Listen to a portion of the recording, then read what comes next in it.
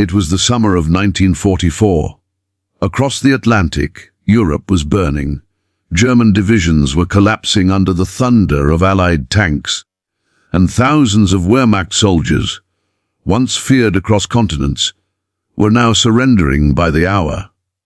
But thousands of miles away, far from the front lines, under the burning Texas sun, a different kind of battlefield awaited them, one made not of bullets, but of bewilderment.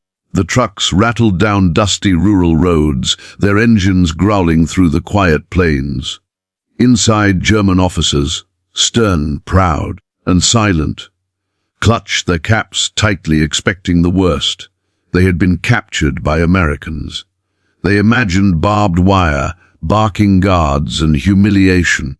Yet, what greeted them was nothing they had prepared for.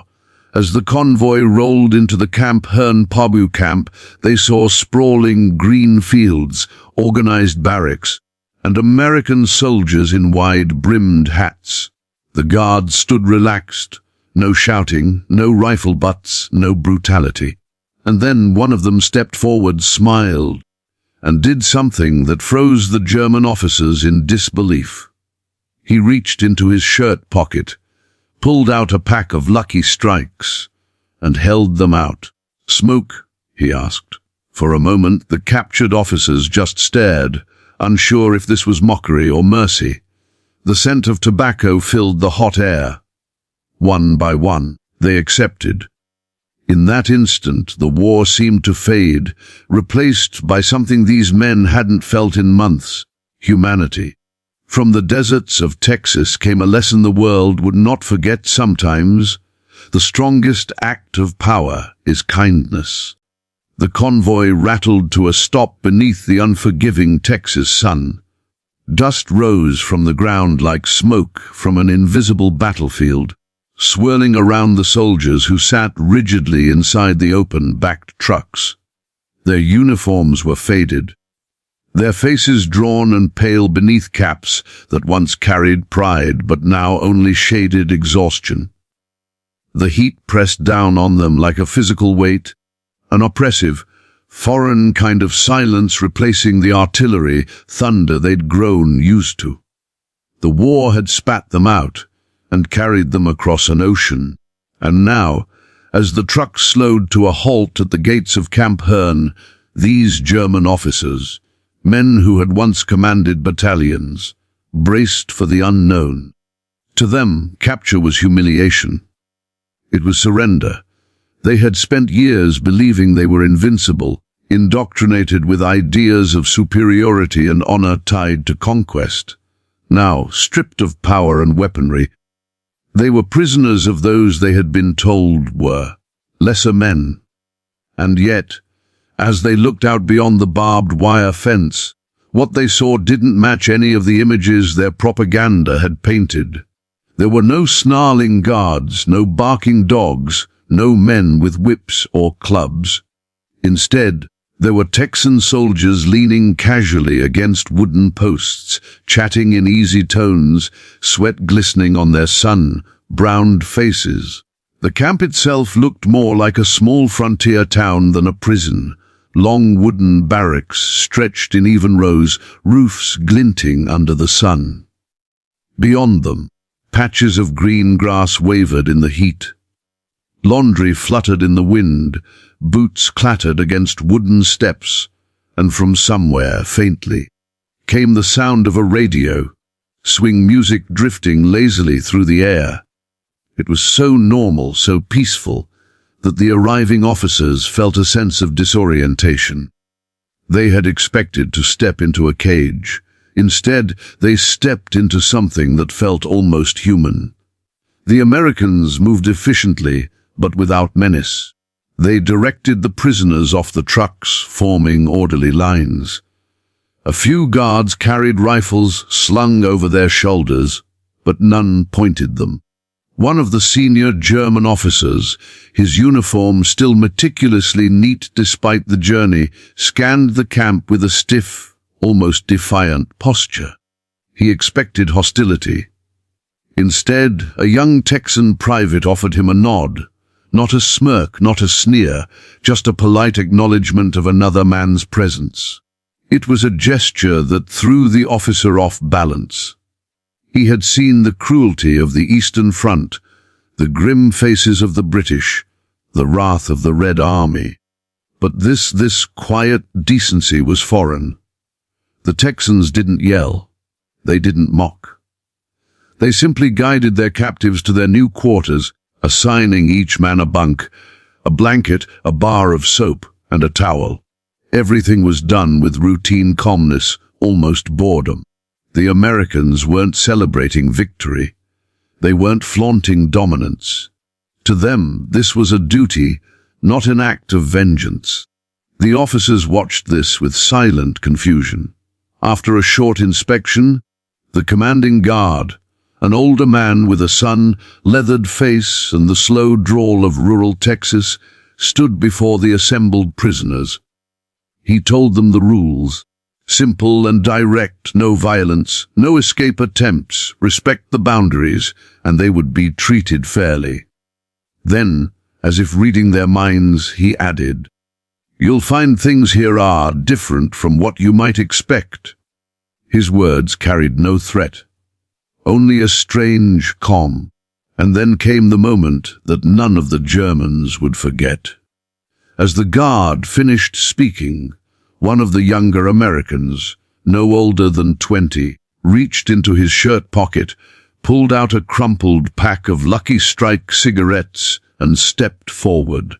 The Germans froze, uncertain of what he intended. The young man tore open the pack and, without ceremony, extended his hand. "Smoke?" he asked casually. For a second, no one moved.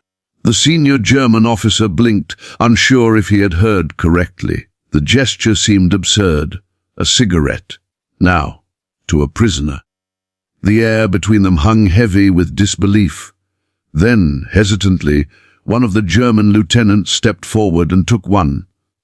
The Texan grinned, struck a match, and lit it for him. The flame flickered in the dry breeze, and the lieutenant inhaled deeply, eyes closing for just a moment as the taste of tobacco filled his lungs. It was the first act of kindness he had received since the war began. Others followed. Soon a thin haze of cigarette smoke drifted through the warm air, carrying with it something invisible but powerful, the soft crack of tension giving way. The officers exchanged glances, some awkward, some grateful. They didn't know how to interpret this. In Germany, they had been warned of American barbarity. Yet here they stood, treated like men rather than captives. The irony struck them deeply. In defeat, they were experiencing more dignity than they had in victory. That first night at Camp Hearne, the German officers couldn't sleep. They sat on their bunks, whispering to one another in disbelief. The camp was quiet except for the sounds of crickets and the distant hum of a generator.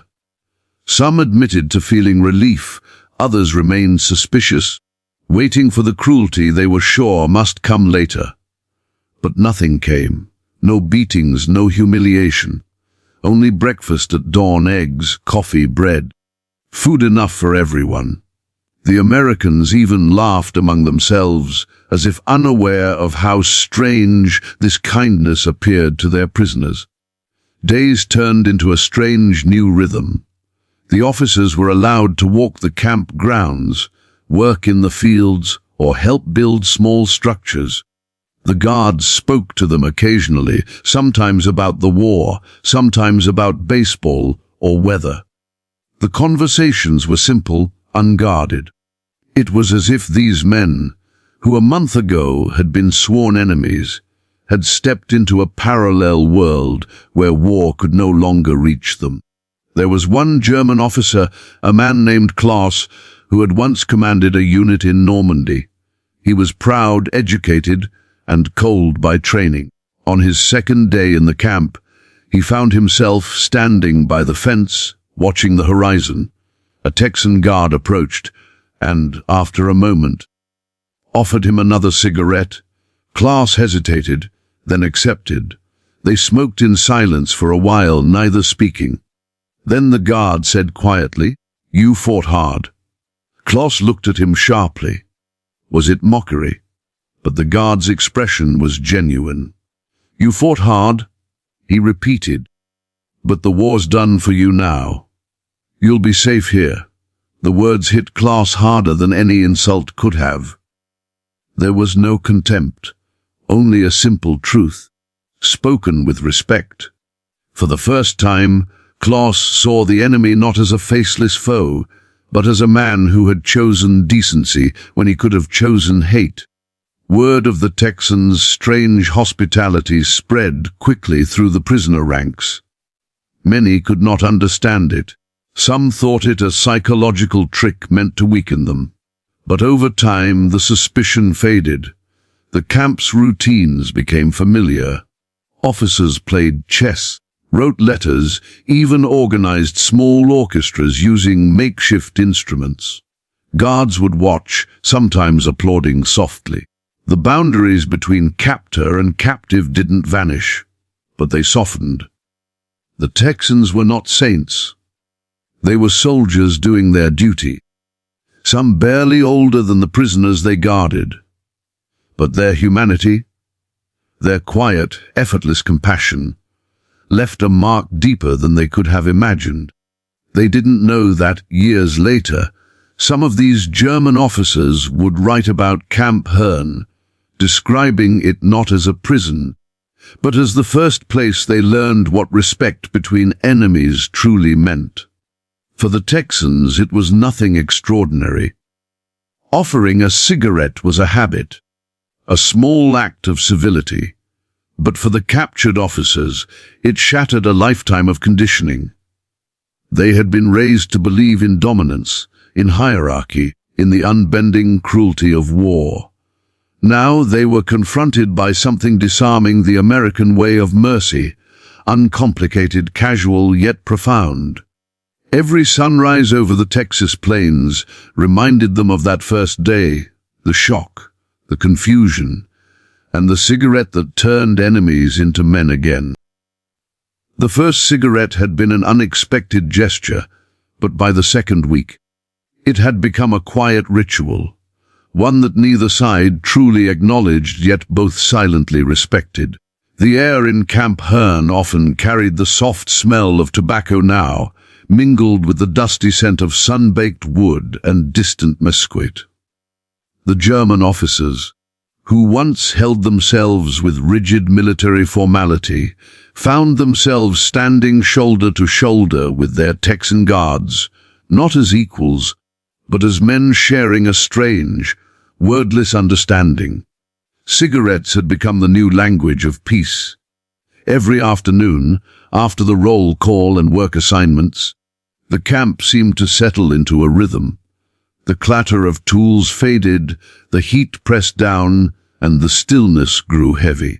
That was when the guards would reach into their pockets, tap a pack of Lucky Strikes or Chesterfields, and light up. The first wisp of smoke was like a flag of truce rising into the sky. Some of the Germans would hesitate, unsure if they should approach. But the Americans would always make the gesture first, an open palm, a flicked match, a quiet nod. It wasn't an act of pity or charity. It was something simpler, more human. In the silence between drags of smoke, there were no ideologies, no propaganda, no walls. Just breathing men, each exhaling the weight of the world in slow, grey spirals. For the German officers, these moments were disorienting. They had spent years immersed in a world that glorified strength, obedience, and domination. Compassion was seen as weakness, and the enemy as subhuman. Yet here they were, prisoners of that same enemy, being offered cigarettes as though they were neighbors. The contradictions gnawed at their pride, but slowly something began to shift inside them. One officer, Captain Erich Weber, had been a career soldier. He'd served under Rommel in North Africa and carried himself with the cold precision of a man who had seen both victory and annihilation. On his third day in Texas, a young American guard named Miller, barely 20, freckles and all, offered him a cigarette while they stood outside the mess hall. Weber refused at first. "I do not smoke American brands," he said stiffly in English, his voice measured and polite. Miller only smiled. "Then you ain't lived yet." The next day, Weber accepted. As the smoke filled his lungs, the familiar bitterness of tobacco carried an unfamiliar sweetness. It wasn't the taste itself, it was what it represented. In that simple act, Miller had extended not just a cigarette, but an unspoken invitation. "You're still a man, even in defeat." That realization hit Weber harder than any defeat on the battlefield. He had expected to be treated like a captured animal, broken and paraded. Instead, he was given a cigarette and a smile. It was such a small thing, yet it dismantled years of indoctrination. Others felt the same. Lieutenant Gerhard Schulte, once an artillery officer near Aachen, wrote later in his diary that he had never known silence to feel so heavy with understanding. He described how, at dusk, when the Texas sun dipped low and the sky turned crimson, he and 2 other German officers would stand near the wire fence, smoking beside the guards. "They looked at the same sunset we did," he wrote. "For a few minutes, we were just men breathing the same air, chasing the same light before it vanished." The guards didn't talk about politics. They didn't boast of victories or rub in the shame of defeat. They spoke of home, of wives, of sweethearts, of the long, dusty roads that cut through Texas towns. One even mentioned his father's ranch and how hard the cattle work was. The Germans listened, astonished. Their captors were not the monsters their government had described. They were ordinary men, decent and grounded. It was this ordinariness that disarmed them most. And yet, for all the warmth of those moments, the silence was not empty. It was thick with emotion that neither side dared voice aloud. The Germans felt both gratitude and guilt. Gratitude for being treated with dignity. Guilt for realizing that they might have done differently if the roles were reversed. They thought of their own prisoners, the ones they had captured, the ones who had never been offered a cigarette or a smile. The thought burned heavier than the tobacco in their chests. On one particularly hot afternoon, a sergeant named Blake, a Texan with a broad jaw and quiet confidence, sat outside the camp office rolling a cigarette by hand. A group of German officers passed by, their expressions solemn but curious. Blake looked up and nodded, motioning for one of them to sit. "Hell of a day," he said casually, wiping sweat from his forehead. The German officer, Major Vogel, hesitated, then replied in halting English, "Yes, but better than bullets." Blake laughed softly and handed him a cigarette. "Ain't that the truth?" They smoked together in silence. For the first time, Vogel noticed how the sunlight caught on the distant hills, how the hum of cicadas filled the air. It was a simple, ordinary scene. Yet he realized he hadn't noticed such things in years. The war had robbed him of this, of the ability to simply exist without fear. He glanced at the Texan beside him, who smoked without tension, his body loose and unguarded. Vogel envied that peace. Later that night, in the dim glow of the barracks, he told his fellow officers, "The Americans, they are strange people. They win, but they do not gloat. They have power, but they do not crush us. It is as if they fight not to conquer, but to end the fight itself." The others murmured in agreement. They didn't understand it, but they respected it. As the weeks went by, the ritual of cigarettes evolved into something more. The Germans began saving small pieces of their rations to trade for tobacco. Some of the guards, in turn, slipped them a few extra when they could. It became a silent barter of goodwill, a fragile bridge built one shared smoke at a time. There were still rules. There was still barbed wire. The war had not ended, and these men were still enemies on paper. But within the boundaries of Camp Hearne, a peculiar kind of peace had taken root, one built not through treaties or surrender, but through mutual recognition. The cigarette exchanges soon carried unspoken meaning. When a guard lit a German cigarette, it meant "I see you." When a German offered his last roll of tobacco in return, it meant "I respect you." They didn't need words. The smoke rising between them said everything. Sometimes, as dusk fell and the long shadows stretched across the yard, the guards would gather outside the gate to smoke, and the German officers would do the same on their side of the fence. They didn't talk across it. They didn't have to. The fence was still there, but it no longer divided them.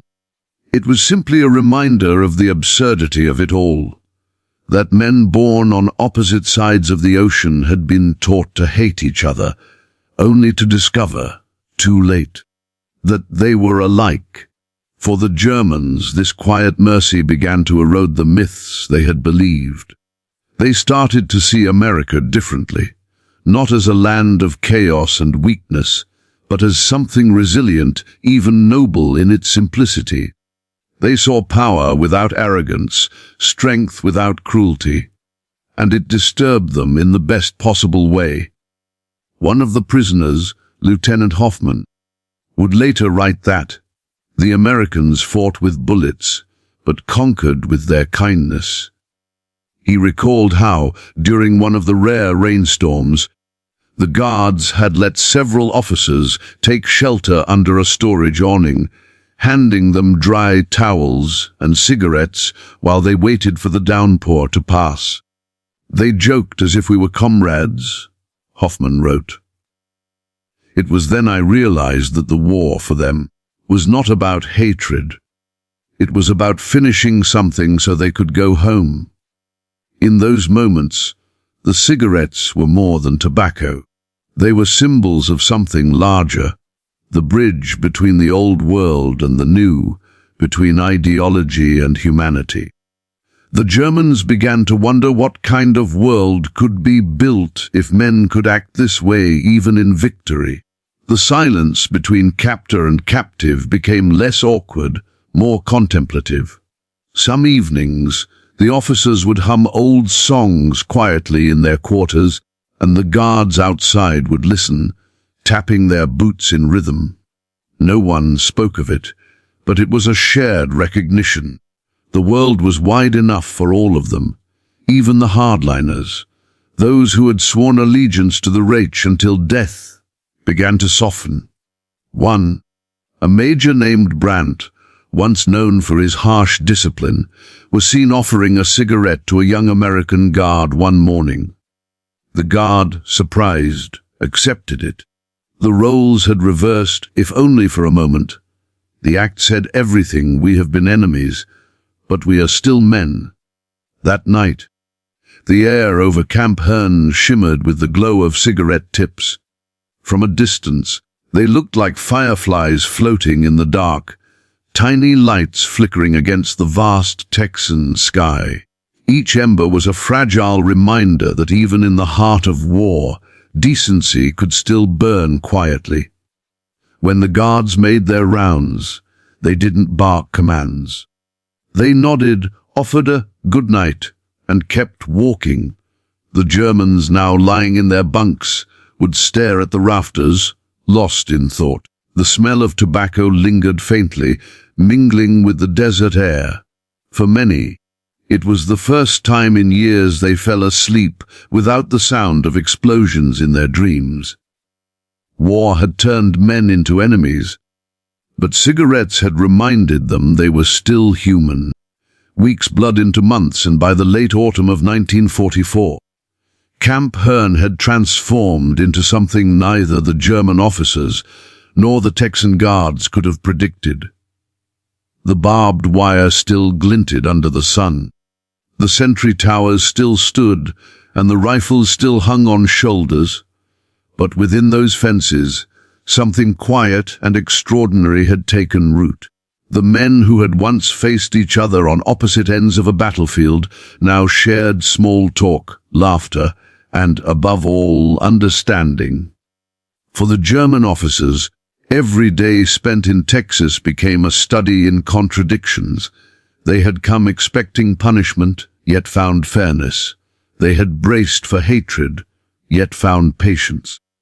They had believed themselves superior, yet began to see that strength could wear a smile instead of a sneer.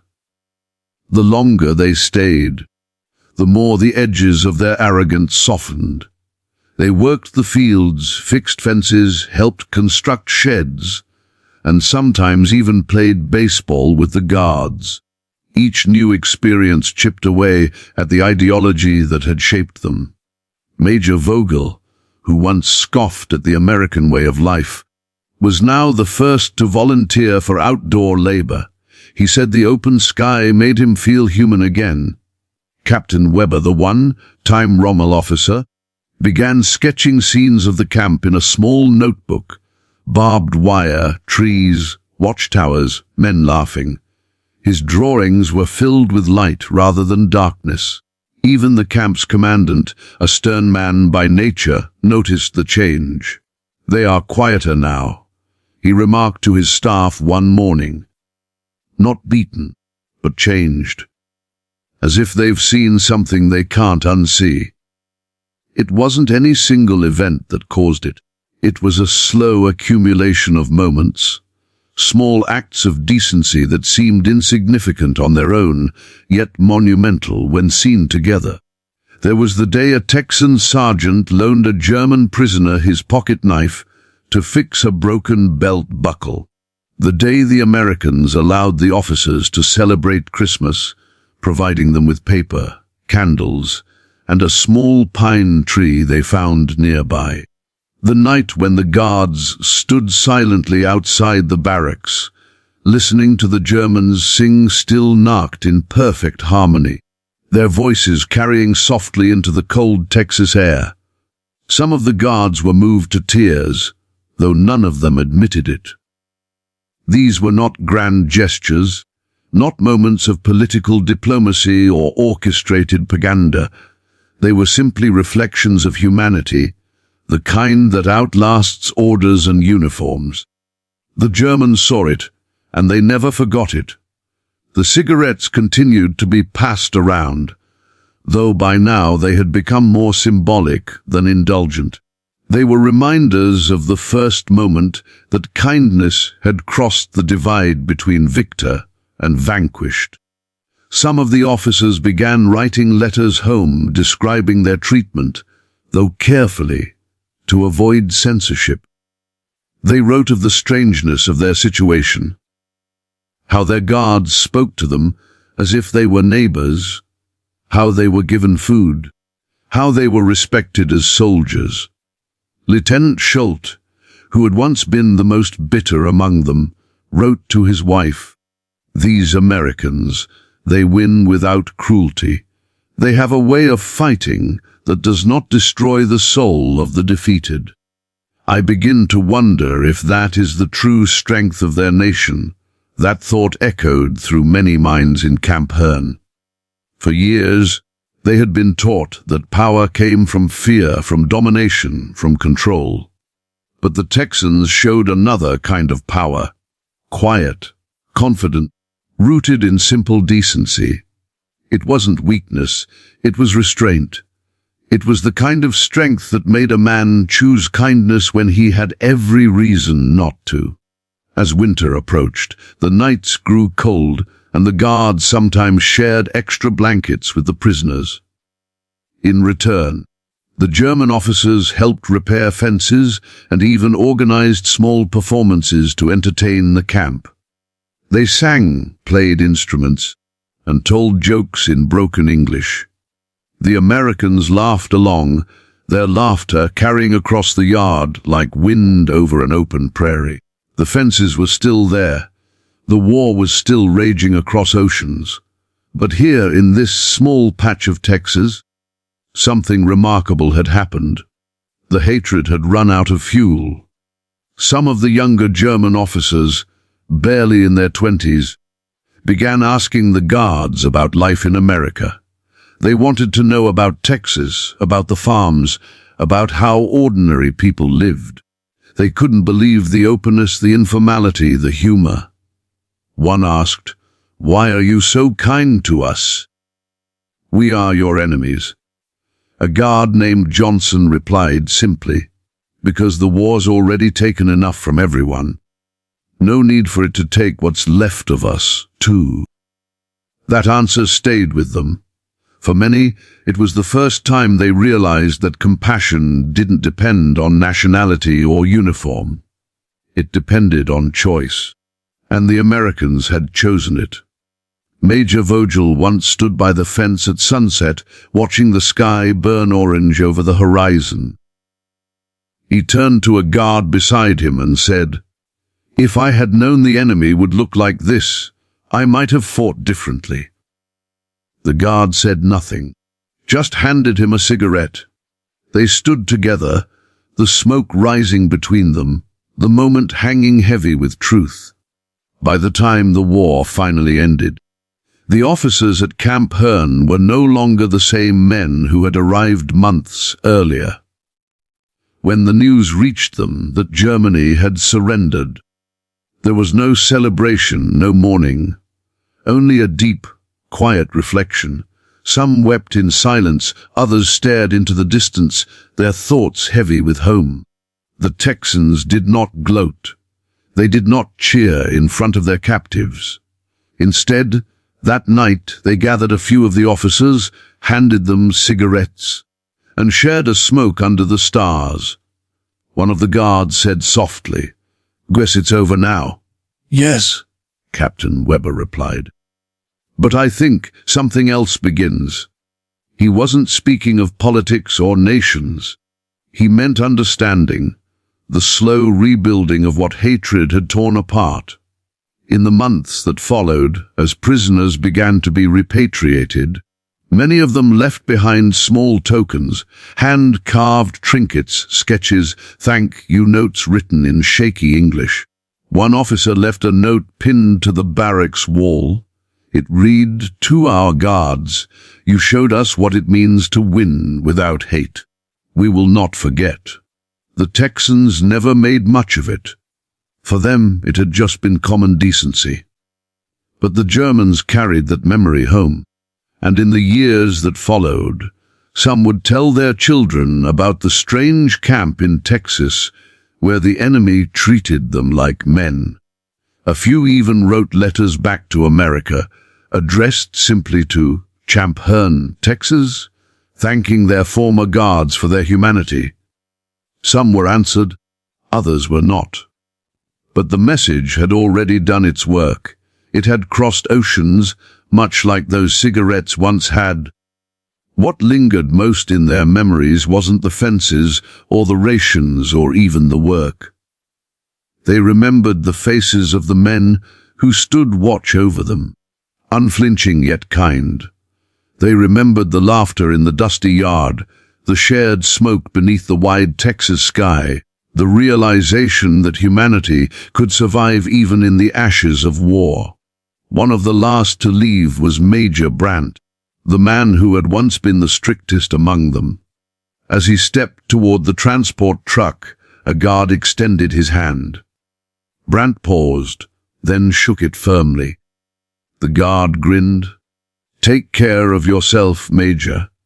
Brandt looked at him for a long moment before replying, "You've done more for us than you know."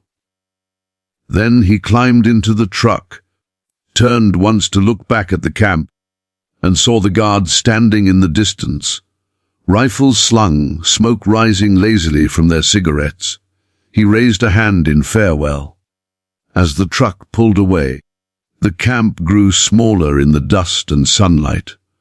But for those who had lived within its fences, it remained forever etched in memory, not as a prison, but as a quiet lesson in what true victory looks like. For victory is not always in conquest. Sometimes it is found in restraint, in mercy, in the simple act of offering a cigarette instead of a command. Long after the war ended, long after the barbed wire had rusted and the wooden barracks had fallen to ruin, the story of Camp Hearne would live on in the memories of those who had seen it firsthand. They would remember the sound of crickets at night, the drawl of Texan voices, the glowing tips of cigarettes under the stars. They would remember that in the midst of one of humanity's darkest chapters, there had been a place small, unremarkable, and far from the front, where decency had quietly prevailed. Because kindness, once given, has a way of echoing through time.